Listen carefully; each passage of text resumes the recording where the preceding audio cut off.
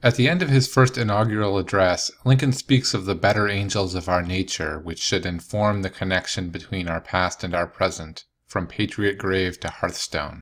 This link between the founding and the Civil War, and the meaning of that chorus of the Union that will be swelled by the mystic chords of memory, is the theme of the Gettysburg Address. As I said in the last lecture, Lincoln does not mention the Declaration in the first inaugural, but he does mention the better angels of our nature. Better angels is a phrase of Shakespearean origin that refers, of course, to man's good qualities, but Lincoln does not specify what those qualities are. We only know they lead us to be not enemies, but friends. But peace alone, of course, is not the goal. Otherwise, Lincoln would have supported the proposed peace amendment and come to terms with the new Confederate States. The better angels must again touch the mystic chords of our memory. This means they touched them before, when we understood what the patriots of '76 fought for: equality and liberty, in natural rights, the freedom to be ruled with one's consent, a principle antithetical to the institution of slavery. Lincoln only says better angels, a phrase that vaguely implies peace and goodwill rather than animosity, but by referring to the patriot grave, he makes a slight, very slight, reference to that bugaboo and principle not of peace, but of agitation and disunity, the equality principle of the Declaration. But that principle is at the center of the Gettysburg Address, a speech that embodies Lincoln's mystic chords of memory. As Eva Brann points out, it is expansive in time, spanning the past, present, and future. This connection between the past, present, and future informs the whole speech, and is reflected in its minutest details. For instance, the move from "it is for us the living rather to be dedicated here" in sentence 9 to "it is rather for us to be here dedicated" in sentence 10. We'll get to a sentence-by-sentence interpretation shortly, but first a few more general points. The speech is also expansive in space. Lincoln begins with "this continent," narrows the focus to a battlefield, and narrows it further to a portion of that field and "this ground," before expanding to the whole earth. This expansiveness, both in space and time, is expressive of the larger theme of the connection between the particular, most seen in the here and now, and the general, the universal, the principle. We are met, we have come to this place at this time to connect this event to the past and the future, to recognize its meaning. The question of the speech is, what should we do here? The word "here" occurs 8 times, comprising 3% of the around 270 total words in the speech. Here is both particular and universal, as Lincoln in the speech connects the here to the universal, making sure that Americans take away from this battle and these deaths and the Civil War generally the moral sentiment that aligns with the true political principle. Everyone knows that the Gettysburg Address begins with fourscore and 7, but why? It's already a controversial assertion. For 1863 minus 87 is 1776. Lincoln asserts that the new nation was brought forth in 76, not in 74 with the Articles of Association, the date he uses for the beginning of the Union in the first inaugural, and not in 87 with the Constitution. The nation fundamentally is what is expressed by the equality principle of the Declaration. Lincoln had in fact declared earlier this year, as Brann points out, that the 4th of July was the birthday of the United States of America. Today, of course, we take this for granted. It's also not just an old-timey way of saying 87, and it would have sounded that way even at the time. By using fourscore, Lincoln is putting gray hairs on the nation. He's expressing what he called at Peoria his ancient faith. Following Brann again, it evokes the biblical "the days of our years are 60 years and 10, and marks the nation as having an age beyond a human lifespan, possibly in need of a renewal. We recall what Lincoln said in the Lyceum address about how the revolutionary generation is almost no more, and will soon no longer supply the pillars of the Temple of Liberty. Now they are surely gone. Those men are our fathers who brought forth the nation. More biblical language. Furthermore, the nation was dedicated to the equality principle, as in a baptism, not a natural, but a spiritual birth. The conception in liberty, the only other word capitalized besides God, is, of course, bracketed at the end of the speech by the new birth in freedom. Between the two is an incomplete genesis, a partial founding, defective in admitting the original sin of slavery. The fact that slavery was at odds with the essence of the nation was not enough to destroy it, either slavery or the nation, but neither has finally succeeded. Thus, Lincoln calls the equality principle a proposition, an unproved assertion, a statement of general truth that has to be verified in practice. Jefferson had called it self-evident, but it has since been called a hypothetical truism and a self-evident lie. If it is a proposition, it may have turned out to be a reductio ad absurdum, denied through the negative proof that the nation founded upon that principle failed. We know that Lincoln intends the word to be taken in this geometrical sense. He took it upon himself to study Euclid, and even spoke of the principles of Jefferson as the definitions and axioms of free society. As an axiom, as a self-evident truth, though, the equality principle cannot be proved in theory. It can only be demonstrated in practice. Brann points out the possible disparity between liberty and equality, which, as Tocqueville observes, can only be fully compatible at the extremes of liberty.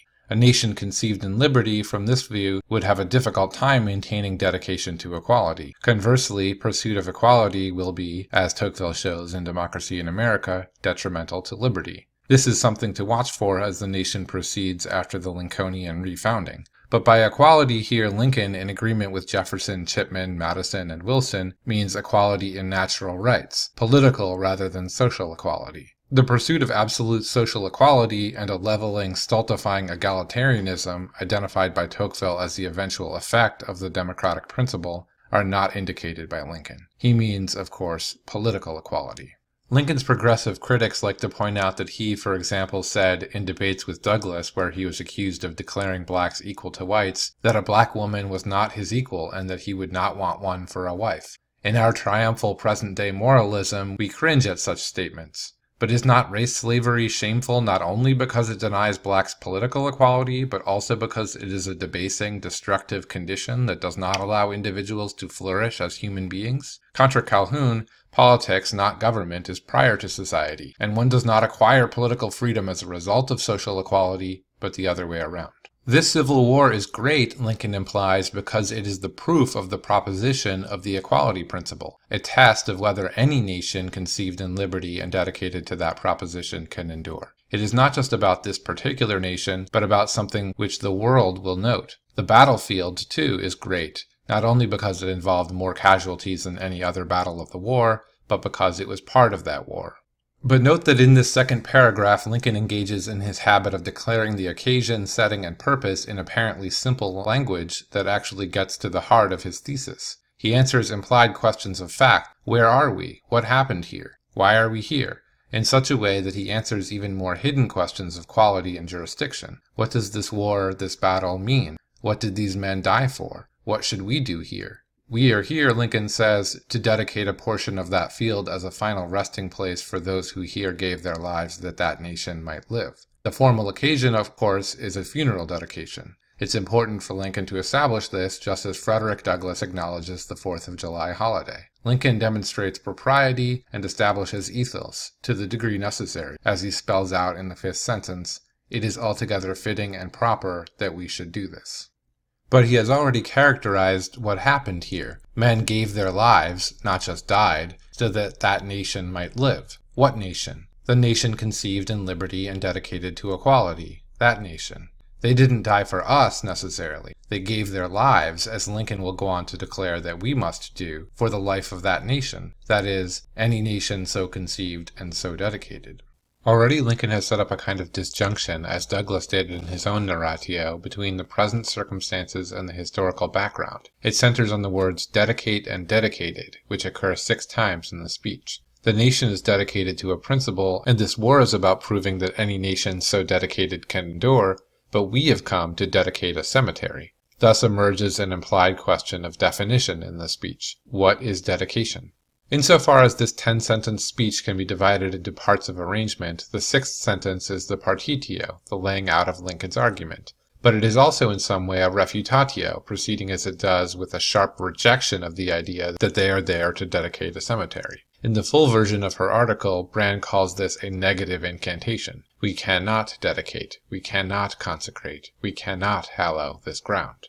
In the narrow sense, of course, we are formally dedicating the cemetery. But in a larger sense, the dedication has already happened with the Declaration of Independence. In the sense of the field, the resting place, this ground has already been consecrated by the brave men who struggled here, both those who died and gave their lives, and those who are still living but who have exerted themselves and likely spilled blood for that nation so conceived and so dedicated. Note, by the way, that the brave men would include both Union and Confederate soldiers, both of whom, by struggling here, have participated in the testing of the fundamental proposition. Lincoln contrasts speech and deed, the struggle of those who fought here, and the paltry dedication of the cemetery using their poor power to add or detract. This is the confirmatio, the bearing out of Lincoln's argument that they cannot dedicate this ground. When Lincoln says, "The world will little note nor long remember what we say here, but it can never forget what they did here," he is not being self-deprecatory or humble. He knows his place in history and knows it's an important speech. It's one that he revised many times for posterity. But he knows the speech will be of little consequence unless the war is successful, and that requires action on the part of his audience much greater than holding candles or the dedication of a cemetery. Those who fought here have nobly advanced their unfinished work thus far to the point of this battlefield, but the living must be dedicated to that work.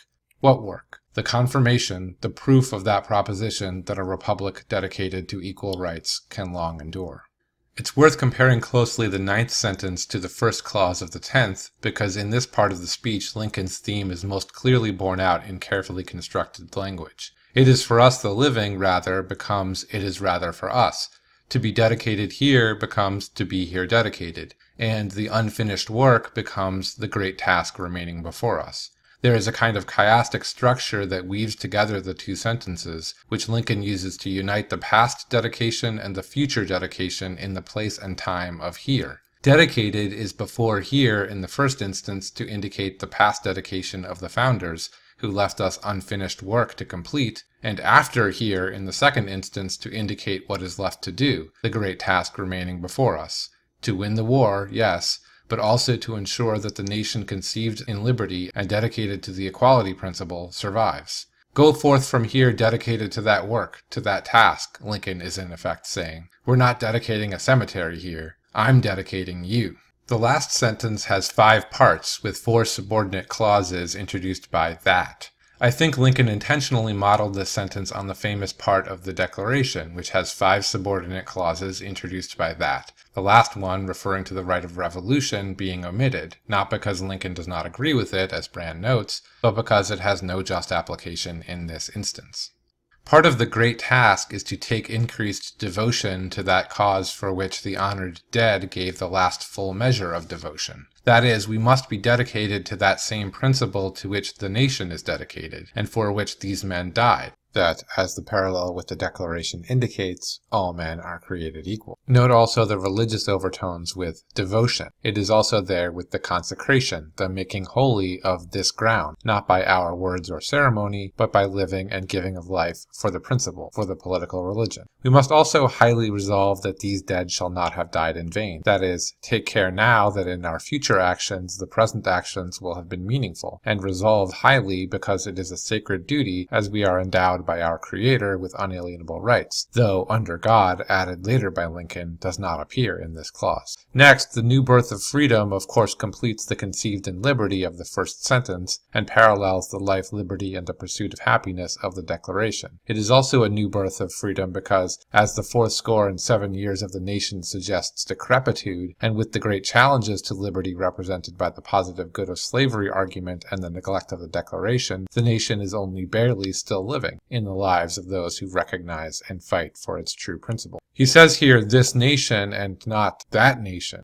He refers to this particular country brought forth on this continent, as we care first not about abstract principle, but about the life of our own nation, even though that nation is defined by its adherence to principle. But the last clause brings it back to the general and universal, and that government, etc. Not that government, that particular government. The that introduces another subordinate clause. Grammar is important. We highly resolve that government in general of this kind shall not perish from the earth. What kind? Of the people, by the people, for the people. This isn't just a rhetorical trope, anaphora is the term. Each phrase indicates a separate meaning. Of the people means that the government is republican, the people are ruled by representatives of their own choosing. By the people means that the people rule themselves, the representatives are chosen from among themselves. Finally, and most importantly, for the people means that the rule is in the people's interest, that it is not factional or sectarian, that its purpose is to protect the people's fundamental liberties and preserve their equal rights.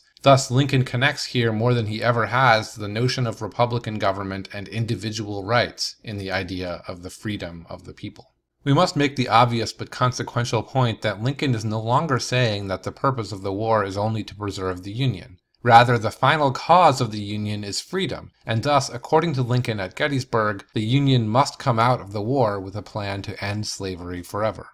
This is a big change. See you next time.